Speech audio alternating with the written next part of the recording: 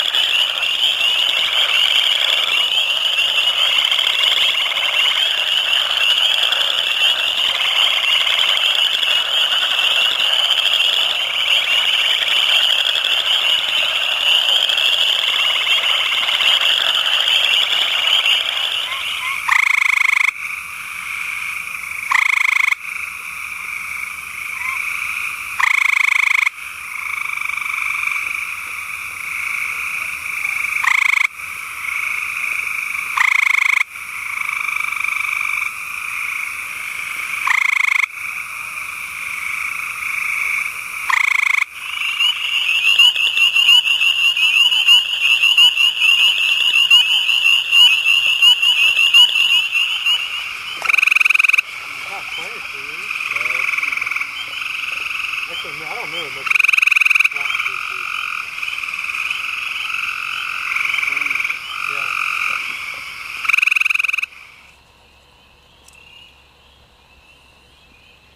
Okay, here we are at the scene of the crime. We've got no less than 5 slaughtered Lithobates phoenocephala here. Now this was 2 nights ago, I think, a pretty big course area. You can see we've got some pretty big egg masses right there. And then we've got two bodies right there, torn up. So it makes me wonder if we had a raccoon or something going at them.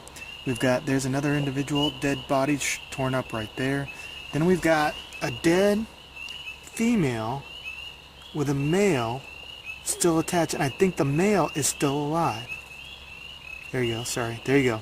See, dead female with a male still alive. There's their guts hanging out right there in a pile of eggs. What a way to go. I had just caught a Lithobates palustris.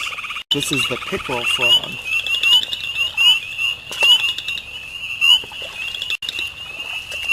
There's a swab. He's pretty. When we get a chance, we want to see pickerel frog. We want to see his belly too, okay, with the yellow on the belly. There.